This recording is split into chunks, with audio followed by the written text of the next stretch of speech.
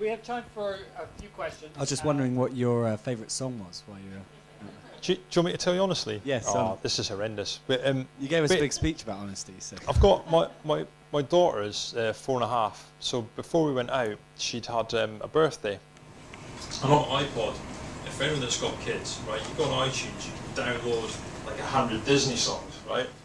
Yeah, it's getting worse, right? But so I did that for this party. You put it in the speakers, and away you go. What we used to do was we'd ski for 9 hours a day, but you'd ski for 2 hours, stop for 10 minutes, have sort of foods and water and all the rest of it, then you'd ski for 2 hours again. So what you'd do is you quickly get your iPod out, put it onto an album that you wanted, put it away, and away you go. You've got no time to mess about. Minus 48, your hands are going to freeze. I don't know how I did it, right? But I flicked it onto the album that was Disney music, right? And it was the last 2 hours of the day. And because you got massive gloves on, I couldn't stop because you'll get left behind. I had Disney music on for 2 hours. And I swear it drove me mental. So I'm staying in a tent with this guy who's missing a leg, Guy Disney. And we get in the tent, and no joke, it was that bad, right? I mean, I like The Lion King more than most, you know, it's great, I can take it or leave it, but get in the tent, and he's like, oh, how's today, mate? I went, oh, Hakuna Matata, mate. And he was like, what? Honestly, it was horrendous, like, I was totally, like, you know, in the zone there, like, I was Disneyed out big time.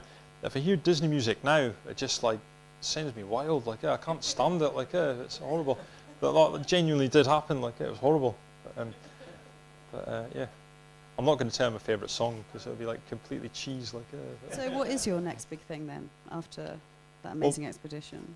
One thing I left out of that was it was supposed to be a race, and because some people had sort of suffered with frostbite and all these sort of things, it was quickly going from a race to like the retreat from Stalingrad. You know, there was like bodies everywhere. It was horrendous. And what they did was when we crossed the first degree line, so we did the first 100 kilometers, they basically stopped the race, and they said, right, we're just going to go ahead as one big group. I trained for like anyone here that's sort of trained for anything or like sort of done anything sort of where you're really focusing yourself. If you imagine that like the goalposts sort of at the time where you've like got to that point just totally change, you're going to be quite disappointed. You know, I trained for like a year, like a lunatic, to make sure I was fit enough to be part of a team to get out there, and all of a sudden they said like, do you know what, all change, I'm afraid. And although I like to embrace change, I wasn't too happy with the fact that they binned the race. So me and this other bloke, Guy Disney, I was in the tent with, went back to the tent, and the British team was sponsored by Glenfiddich, and they'd given us quite nicely a couple of bottles for when times got bad, and that to me was a bad time. So we sort of started, you know, and we're drowning our sorrows in the tent because we had 24 hours to sort ourselves out, and we come up with a plan. And what we're going to do is probably next year, we're going to go to Greenland, and if you went north to south or south to north, it's about 1,200 kilometres, and it was quite rough ground, some parts of it. But we watched a documentary about these guys that they kind of skied and kited it. You know, if you get a big enough kite, you can propel yourself along. So what we're going to do is we're going to do that next year. We're going to go and do 1,200 kilometres across Greenland and get that done, because we don't know any other disabled guys or amputees that have done it, which is probably an indication that you shouldn't do it, but you know, we're going to. What's the worst that could happen? So we're going to give that a bash, and I'm going to do the London Marathon in April as well, because I really woosed out of that last year, because Virgin Money were one of the major sponsors for the expedition. Obviously they do the marathon, don't they? And they asked us if we'd do it, and so I got the running blades and all that sort of stuff, and I didn't look. Well, I was going to say Oscar Pistorius, don't mention that name, eh? But you know. Obviously I'm not him, but they, although we did stop in South Africa, and believe it or not, someone came up to me and said, are you Oscar Pistorius? Nah, I don't think so, mate. But, so what we're going to do is, they kept me a place for next year. I couldn't do it last year. I hurt my back. When they made the running blades, they made one of my legs a little bit too short, hurt my back, totally wimped out, and they said, right, what about next year? So I'm going to crack that next April, and then I'm going to hopefully go to Greenland and do that as well. So that should be quite good, really. But you can't dine out in the South Pole forever, can you? It's been done. Old news. But yeah, never mind. Cheers. I have a quick question. I'm listening to your journey and your story. it's fascinating the parallel between engagement, culture, working in an organization. At what point did you know that you would have mastered these dark voices that I talked about, and you were on top of your game? Well, I think, bear in mind, I don't usually talk about this sort of stuff, but basically, when the day I was injured, I'll just quickly sort of mention it. If you imagine driving along a road in a convoy of 13 vehicles, I was the last vehicle, so unlucky for Sam. And when I was blown up, all the guys in the vehicles are like, they can't just jump out and start sorting out the injured vehicle. They've got to check that, you know, there's no bombs and all the rest of it around them that are going to go off when they get the vehicles. And then, unfortunately, it was followed up by an ambush, so the vehicles are all getting shot at, and the guys are fighting an ambush because that's more dangerous than some bloke like me lying in a chair sort of broken. You know, that's more sort of life-saving, if you imagine. At the time, I was in well, probably the most amount of pain. I know pain's relative, because obviously if pain wasn't relative, women would not go and have another child after childbirth, would they? As my wife has told me many times. But you know, she always says childbirth's a lot more painful than you getting blown up. So I don't know how she got that one, but yeah, brings up the fact I never went to the scans either. But whatever. That was a particularly bad time, right? So I was in the most amount of pain I've ever been in my life.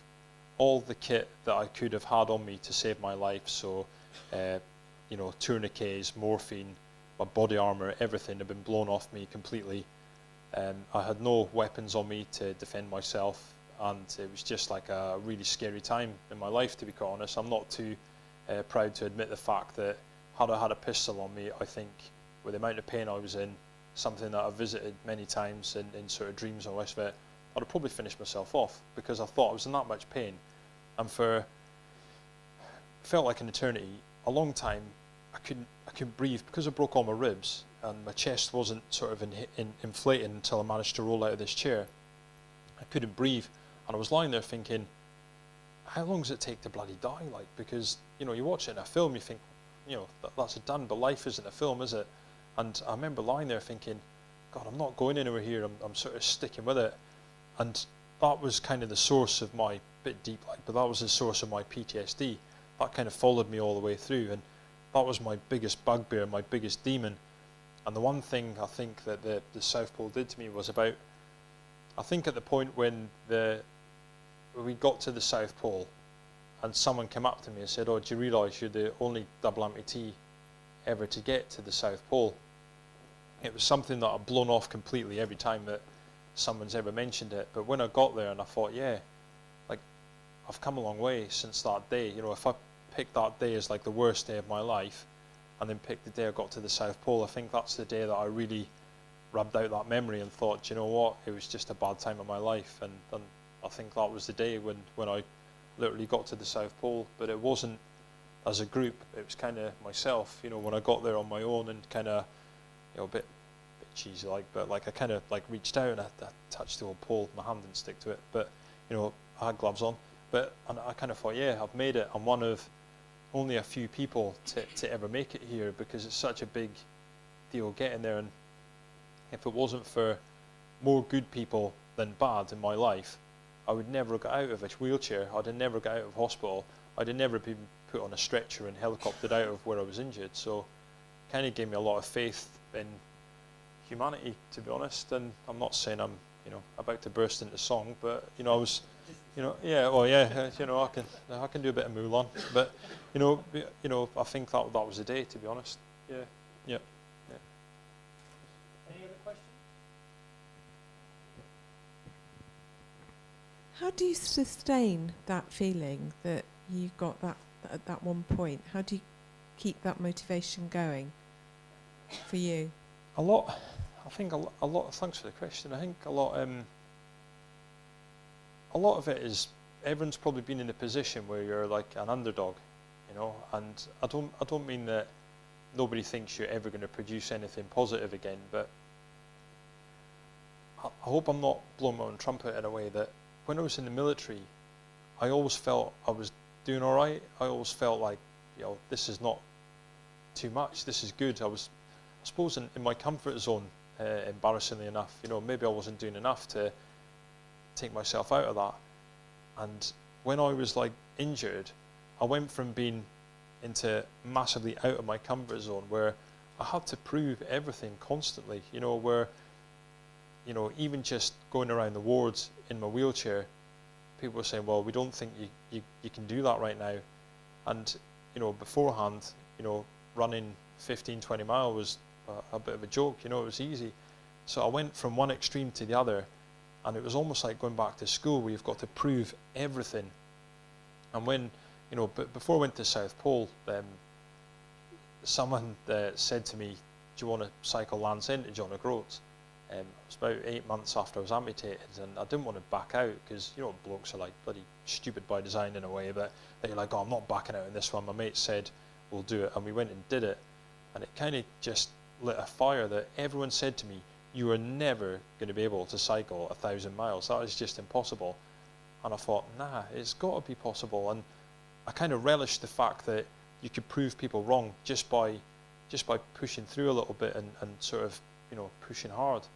And I think for some reason people's expectations drop when you're not just injured, but I think if you're in remission from cancer or you're a cancer, you name it, you go through a bad period in your life where it takes you out of the norm into that sort of grey light where people think, oh, we don't think they're probably capable of that, and you're fighting every day to prove, yeah, I am capable. I can still do this. I can do that. I can do the next thing as good as you can.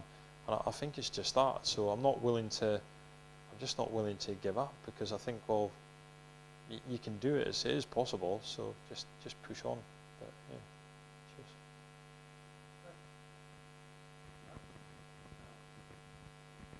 Cheers. First of all, thank you for the talk this evening. I've really enjoyed it, very much so.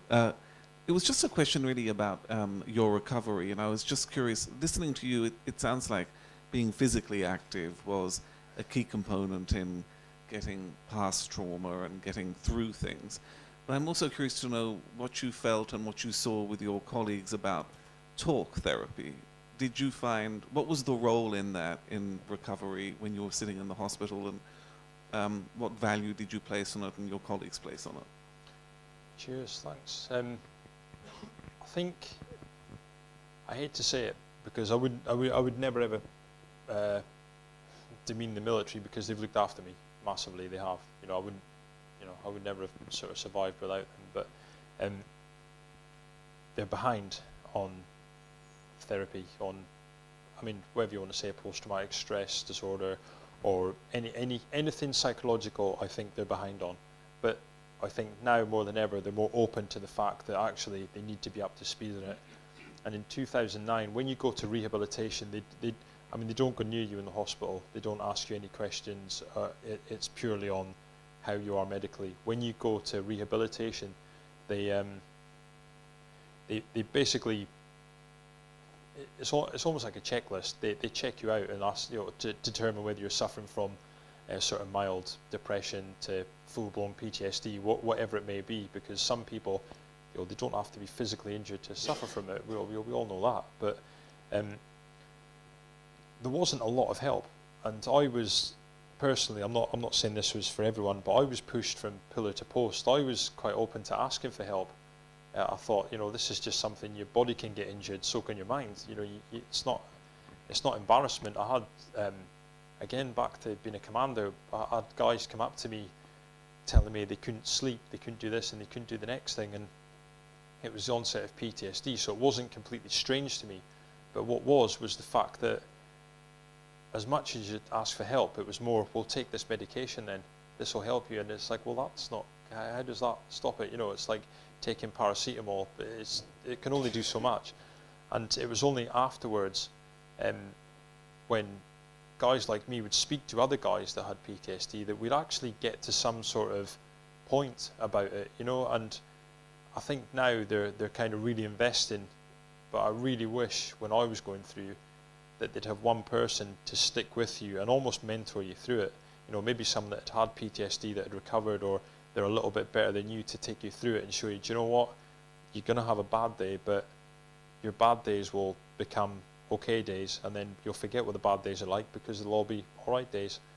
You know, just like anyone, and there wasn't enough of it, and I think that's one thing that the military really, really struggle on, because in the military, if you went down to your local medical centre on camp and said, you know what, I'm suffering nightmares, I think I've got PTSD, you're never going to get promoted. You are out of the line, you're out of your job, and you're off in this box of people that, oh, we're not sure what to do with them, but you know, they can't go near weapon systems, they can't go near anything, where it's a really strange subculture that they've got, and that needs to change, because it's not something that's going to happen for the rest of life, and it's only through, I guess, having it and going through it and sort of having quite a lot of bad days with it, I suppose, that I now know that. But you know, I think that's something that they're really behind on, that hopefully they're going to get a grip of it sooner rather than later, because you know, there's a legacy there, isn't there? It takes a while to come to the surface, but I hope that kind of answers it in a way. Cheers, thanks.